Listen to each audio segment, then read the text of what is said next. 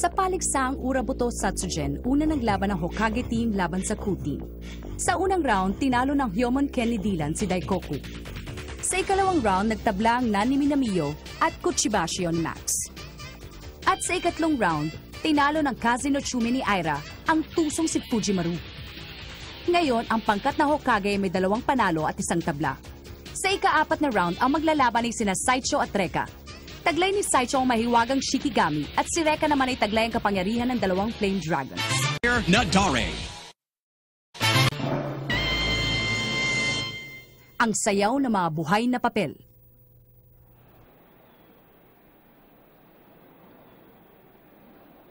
Sampung minuto. Tatalunin kita sa loob ng 10 minuto. Mayabang ka pa rin magsalita kahit na nakita mo ng aking dragon na si Nadare. Ika-4 na laban! Simulan na!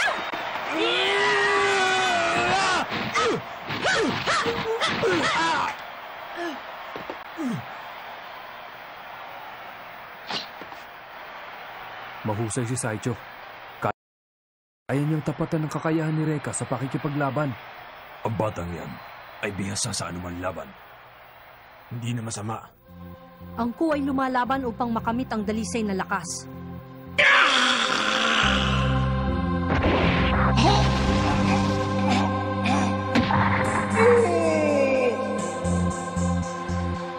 Ku was dedicated to the true study of martial arts. Subalit nakilala ang aming pangkat bilang mamamatay tao. Sa dahilang, pinili ng mga nag-aaral sa amin na maging bayaran at paupahan ang kanilang mga kakayahan. Upang mahugasan ang mga pagkakamaling ito, pinasya naming sumali dito at mapatunayan na kami ay nakikipaglaban ng parehas at hindi basta-basta lamang kumikitil ng buhay. Kaya lang, mapatunayan man ng labanang ito ang aming lakas, hindi pa rin mabubura sa isip ang isang kasamang nawalay sa tamang landas. Kung matalo naman ako sa labang ito, matatanggal na kami sa paligsahan. Kaya hindi ako maaaring magpatalo sa iyo. Kakaibang aura. Sa gitna ng walang katapusang pag-ikot ng buhay, ako'y nakatayo sa harap ng Uji ang nagsisilbing tulay. Anong ginagawa niya? Bakit ba ngayon pa niya naisipang magdasal? Mabuti nga yun eh. Hindi tulad ng iba. Kung gusto mo, magmarathon pa nga tayo sa pagdadasal eh! Makakatulong ang kanyang ginawa upang lalong mapalakas ang kanyang aura at kontrolin ang Shikigami. Humanda ka na ngayon, Reka! Cyclone Paper Dance! Flame power! Yeah! Nawala! Nawala ang apoy ko! Ang papel na kinokontrol ng Shikigami ay hindi ordinaryong papel. Hindi rin itong basta-basta nasusunog. Tingnan natin kung hindi pa yan masusunog. Ryu no En! Nadare!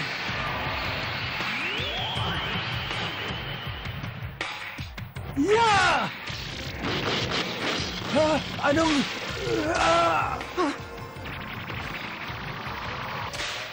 Binabalutan ng papel ang kanyang katawan! Pinipigilan siyang gumalaw. Hindi. Hindi lang yan ang aking gagawin.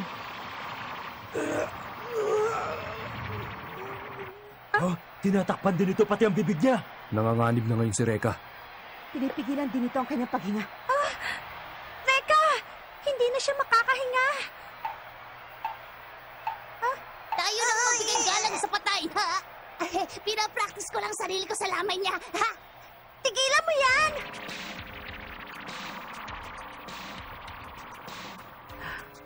Hindi na siya makakatakas pa. Ilang sandali na lang bago siya maubusan ng hangin para makahinga. Ano? Gaya ng sinabi ko, sa loob ng 10 minuto matatalo siya. Reka! Ano pa bang hinihintay mo? Kumalis ka na dyan! Maaaring hindi niya na kaya. At laban sa Shikigami ni Saicho, maaaring hindi na siya makalabas pa ng buhay dyan. Si Reka! Huwag kang mag-alala! Ipagdarasal ko yung kaluluwa! Bago pa man niya makaharap ang Uruha, ay natalo na siya. Kung hindi niya matalo si Saicho, wala siyang laban kahit na sino man sa ating pangkat. Ganun lang kasimple yun. Reka, nararapat lang sa'yo ang ganyang uri ng kamatayan. Isang kamatayang walang kalaban-laban. Hindi naman pala siya ganong kalakas. Reka! Reka! Reka, sumagot ka! Umagal lamang siya ng 3 minuto. Hindi ko akalaing ganun pala siya kabilis matatalo. Malinis ang aking pagkapanalo. Miss Official, ideklara mo nang nagwagi sa labang ito. Ha? Pag pinakawalan ko na siya ngayon, maaring maligtas pa ang kanyang buhay. Dahil sa kawalan ni Reka Hanabishi ng kakayahang lumaban, ang nanalo ay mula sapagkat ng...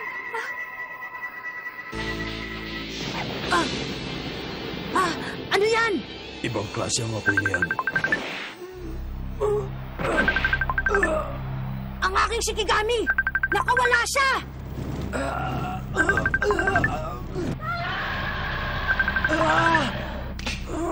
Tumigil ka! Hindi lang ang kalaban ni Reka ang gusto ng kanyang apoy, kundi pati si Reka mismo. Tigilan mo na yan, Saiha! Pwede ba uminahon ka?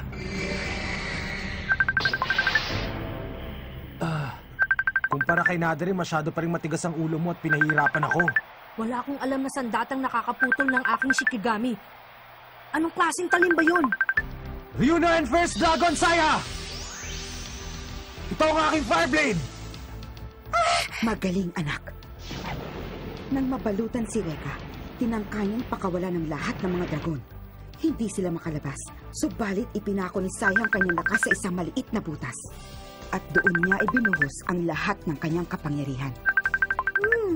Parang sa tubig. Normal lang ang lakas nito pag hinayaan mong dumaloy, pero pag binigilan mo, lalakas ang tapon. Parang gano'n na nga. Fireblade ng dragon? Wala ka ng oras pa para mabigla. Hindi ba dapat tatapusin mo na ako? Saicho?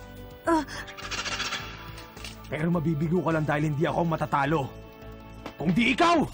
Prinsesa Yuki, pinapapurihan ang iyong mga bulaklak. Dadasal ka na naman, ha? At ang patuloy na pagtulo ng iyong hamog ng buhay. Hindi na uubra sa akin ngayon ang mga orasyon mo! Dahil kaya mo sa akin ang hanap ni Saya kahit na anong bagay! Saicho! Espada ni Fuyo!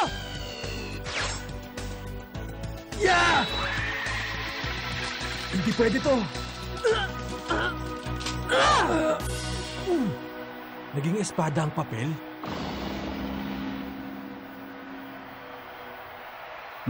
Nagawa rin niya ang pinakamalakas na sandata ni Saicho. Hindi ba yan ang tanyag na espada na ginamit ni Saicho nang mapatay niya ang 1,000 mandirigma? Reka, aaminin ko sa iyo. Isang karangalan ang makaharap ka sa paligsahang ito. Pero hindi ka pa rin mananalo sa akin. Sige, tingnan natin!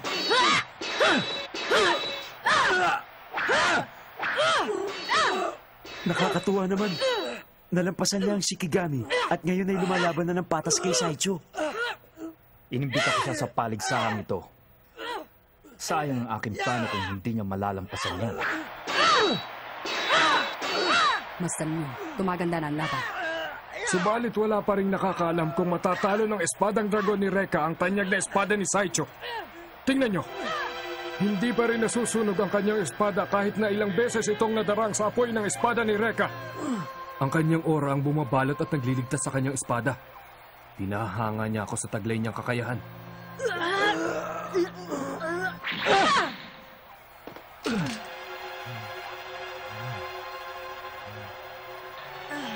Saicho, huwag mo na patagalin ang laban. Wala ka ng oras. Hindi maaari. Hindi ako papayag. Hindi ako patatalo sa kanya! Kanyang ora, ano na naman kayang gagawin niya? Panahon ng taglagas at ang hangin ay dahan-dahang iniihip. Pero habang abala ka dyan, may pagkakataon na ako para umatake! Batid nating lahat. Ang kasunod nito ay taglamig. Uunahan na kita sa paglusob! Huli ka na! Rokasan! Punino! Sushi! Narihira! Kumachi! Eto! Kisan! At ang pangwakas na tira!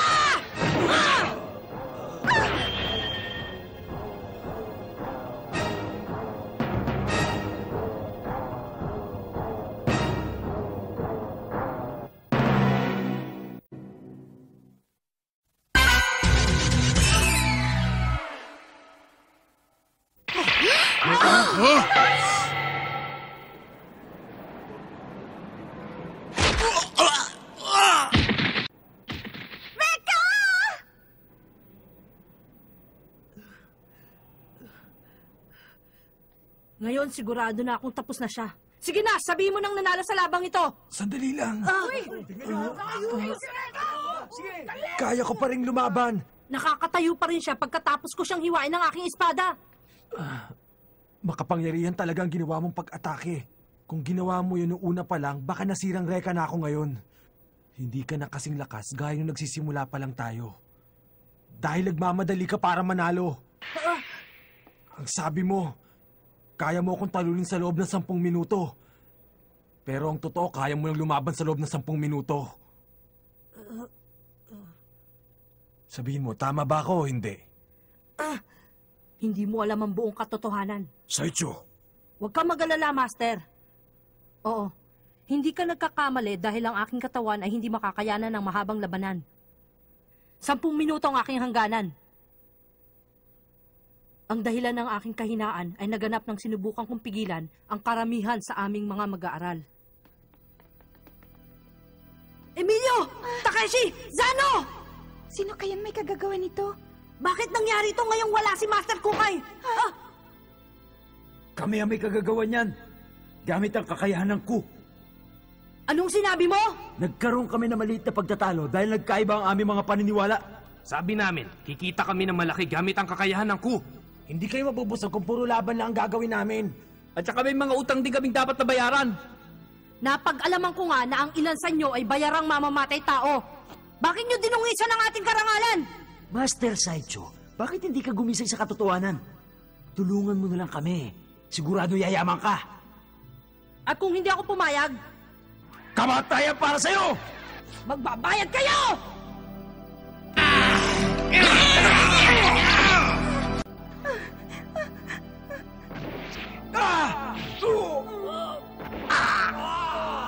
Tumigil na kayo! No! Leave him alone!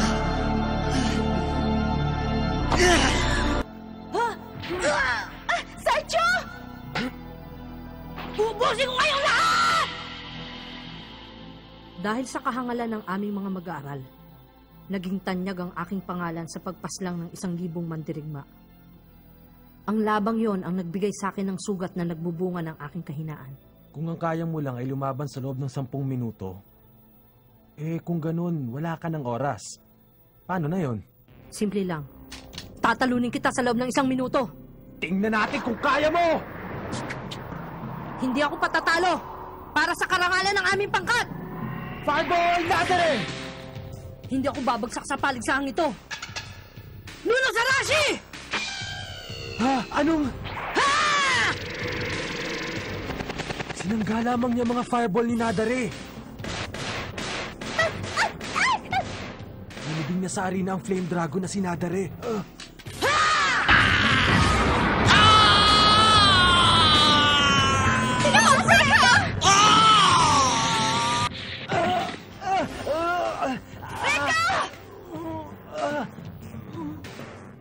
Pagsak na si Reka!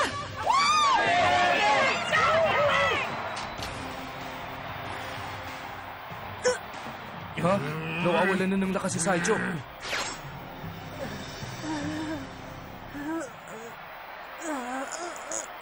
Saicho! Ngayon po ay bagsak na rin si Saicho! Master, gano'ng kahaba pa?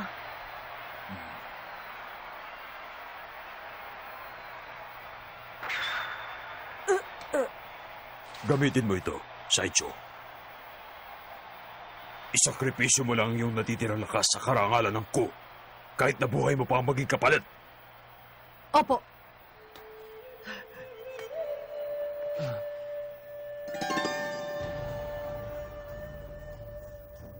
Patawad, Maita. Kakailanganin ko palang gamitin ng mga ito. Pasensya ka na, ha? Pinipilit ko lang umiti kahit naaalis ka na. Salamat, Maita. Salamat sa mga tagak na ginawa mo. Sila ang magliligtas sa akin. Hindi mo naiintindihan, Saicho. Kapag ginamit mo ang mga yan, tiyak na malalagay sa panganibang iyong buhay. Alam ko, buo na ang pasya ko. Para sa karangalan ng aming buong pangkat, pumapangalawa lamang ang aking buhay. Saicho?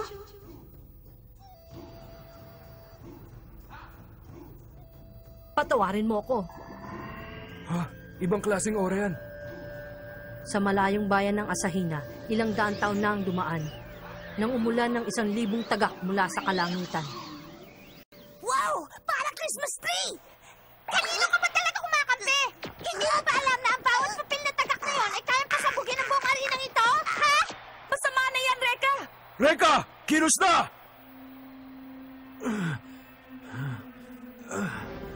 Hindi mo na ba kayang tawagin ng mga dragon? Sa bagay, wala rin naman silang magagawa.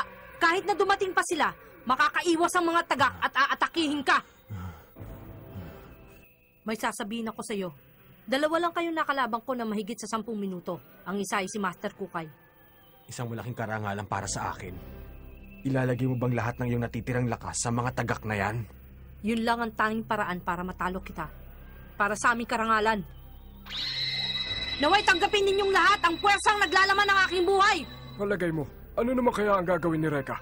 Wala na siyang magagawa. Ni hindi nga niya may kilos ang buong katawan niya. Tapos na siya.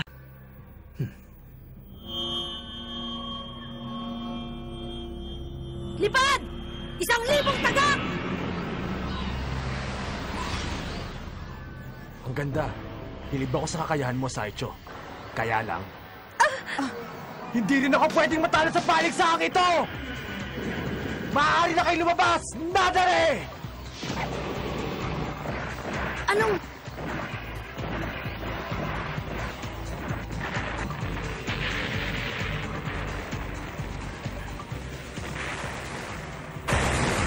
Ang alam ko, ito rin yung bolang apoy na sinangga ko kanina. Pero paano? Hindi nawawala ang kapangyarihan ng Flame Dragon na sinadare. Biniro niya sa akin na gusto niyang antayin ang susunod mong pag-atake. Kung ginamit ko ang aking apoy, madali mo itong maiiwasan. Kaya umayon ako sa kanya upang magantay ng tamang pagkakataon. Hindi ko inisip na mangyayari ito. Saicho! Nagamit ko ang lahat ng aking lakas at lumampas na rin ako sa aking hangganan. Tabi ko ako.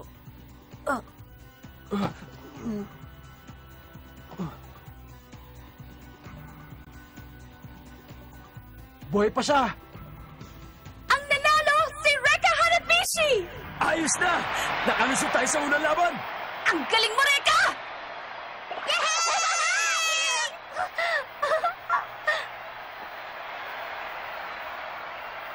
Saicho, pangako maglalaban pa tayong muli. Pag magaling ka na. Reka Hanabishi, pinahanga mo ko ng gusto. Ano ka mo? Natalo ang pangkat ng Ku sa inyong pangkat. Kaya tanggapin niyo ang mga sandatan to. Yan ang inyong kantimpala dahil nanalo kayo sa labang ito. Sigurado ka? Ang mga talunan ay wala ng pag-asa. Mali yata to. Sandali! Aray. Ano ba problema mo? Sabi ng sandali! Ganyan mo na lang ba tatanggapin ang inyong pagkatalo? Ang alam ko, sumali kayo dito para maibalik ang inyong karangalan. Pero bago ka nagkaroon ng pagkakataong lumaban, natalo na ang pangkat mo. Huwag kang pumayag. Anong gusto mo sabihin? Kung gusto mo talagang ipakita ang kapangyarihan nyo, bilang pinuno ng inyong pangkat, dapat harapin mo ko at labanan ngayon. Ano? Ano ba pinagsasasabi mo dyan, Reka? Nakalimutan mo na ba? Tapos ng laban kaya hindi mo na siya kailangan pangharapin! Huwag ka na magpatawa! Seryoso ko! Sira ulo talaga. Hindi mo ba alam na kahit manalo pa sa si Kukay ay hindi pa rin mananalo ang kanilang pangkat? Hindi na mahalaga yun. Alam ko na. Binibigyan mo pa kami na isa pang pagkakataon, tama ba? Tama ka! Kung ganon tinatanggap mo. Hindi dapat masayang ang pinagpaguran ni Saicho. Bata ka. Ibang klase. O sige, at hindi mo na rin pwedeng bawiin ang sinabi mo. Tayo na! Dahil sa pangudyok ni Reka, ang dati-rating kalmadong pinuno ng Ku na si Kukay ay nagbagong bigla. Subalit gaano nga ba kalakas ang kapangyarihan ni Kukay?